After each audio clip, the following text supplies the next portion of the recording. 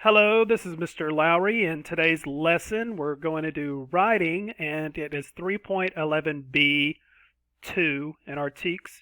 We will create a draft for a personal narrative by developing an engaging idea.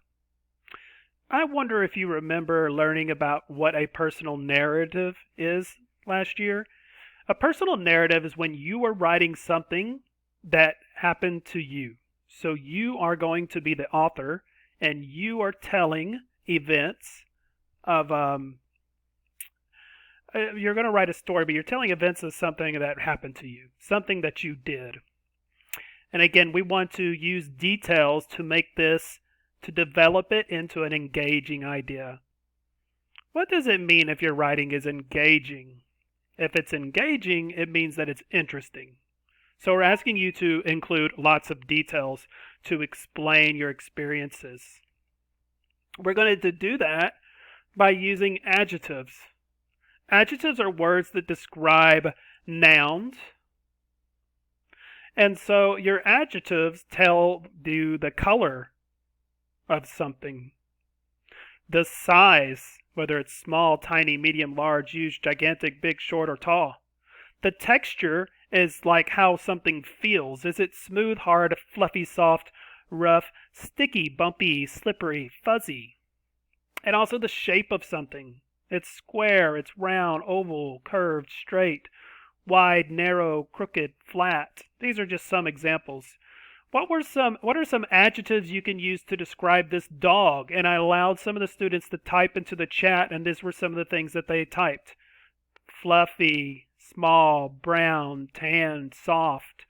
Also to talk about the character of the dog. It might be fun or funny. It could be silly like my dog, and playful, always wanting to play when it's not sleeping.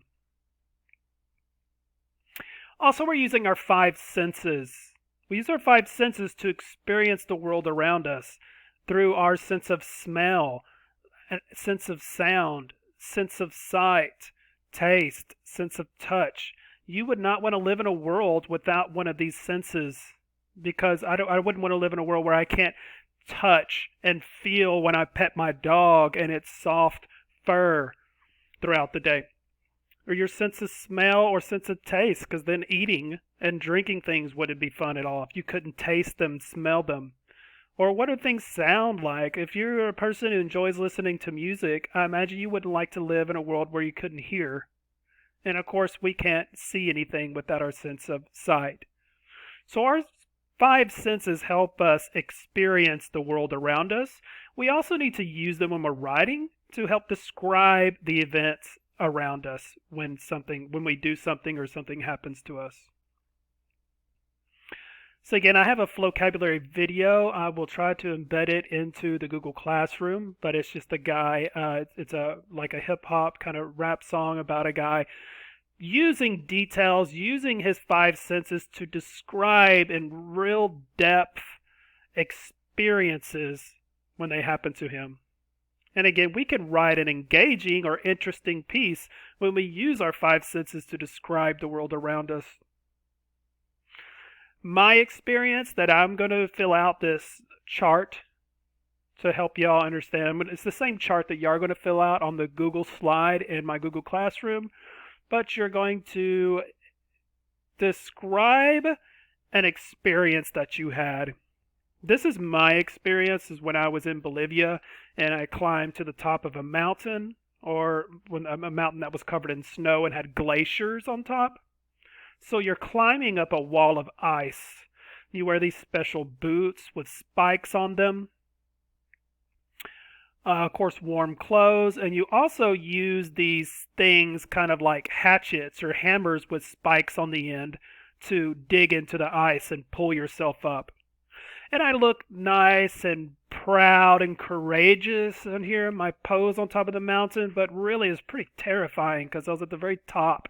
Wind was blowing and I did not want to fall. So again, this is the chart that you're going to fill out in the Google Classroom.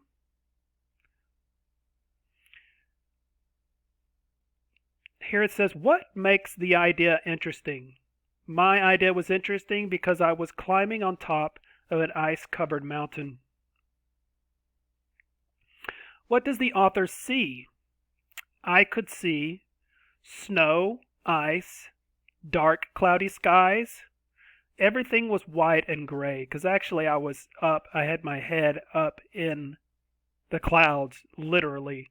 So it was very cloudy and gray because you could only see cloud basically around you. What does the author hear? Remember again, you are the author because you're writing about your experience. What could you hear? I could hear ice crunching under my boots as I was walking up and around the mountain, my friends laughing, and the wind whistling by my face. What does the author feel? Remember when you're answering this is not just what you feel with your hands, because that is your sense of touch. You use your hands to feel things, but also it's your skin, like the skin on your face. I could use this from the skin on my face, I could feel the cold.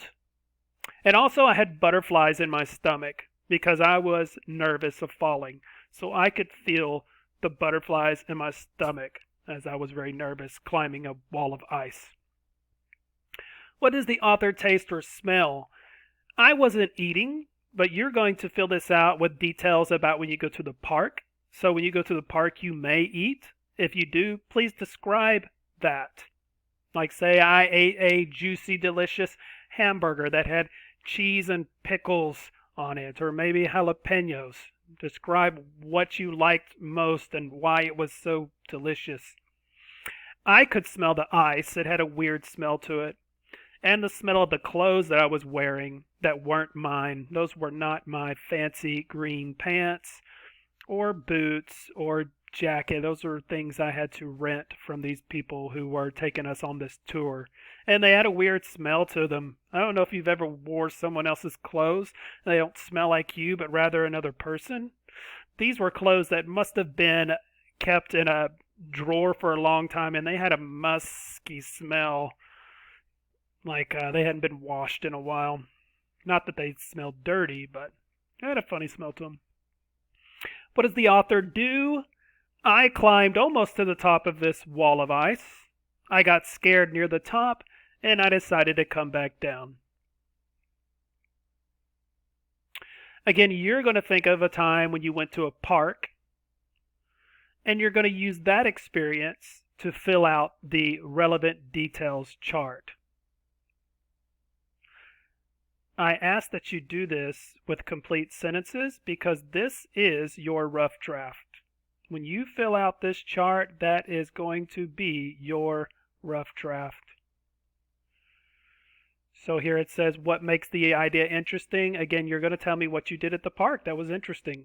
I had fun with my friend and family at the park. I always go with my dog to the park, so that's what I would type. What does the author see? Someone typed in the chat that they always see a dog wearing a red shirt and white shoes.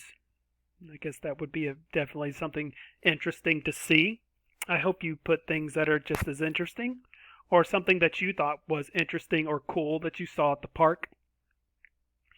What does the author hear? I hear dogs barking and people talking. I can hear people laughing when I go. I hear birds singing.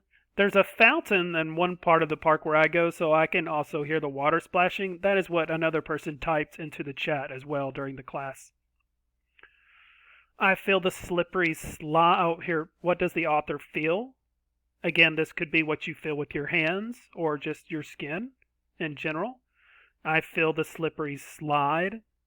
Or maybe I felt sweaty and wet all over because it was hot. What does the author taste or smell? Again, I can smell food that people are cooking, but I don't eat at the park. I do smell plants and trees and other interesting things as we're walking through parts of the park. What does the author do? Again, I know when I go to the park, I walk with my dog Buddy, and I talk to people. You are going to put what you do when you go to the park. Again, if you're in here in my Google Classroom, you're going to go under classwork, and here it is writing. This is Ivan Prieto's account, but If you click here on View the Assignment, you can see the slide here with your name on it. Just click on that. And in each one of these, on this side, there's a text box where you can type in your answer. I ask that you write it in complete sentences like I have. So I started these off for you so you could start with I could see and then something, and I could hear, I could feel. Just make sure that you're typing in complete sentences. Of course, I need to delete those because otherwise Ivan's going to get in there and he's going to see what I typed. When you are done, you don't need to do anything here. Just make sure that you fill out every text box. And then when you close this, you will click Turn In. And then that way, I will get it on my end.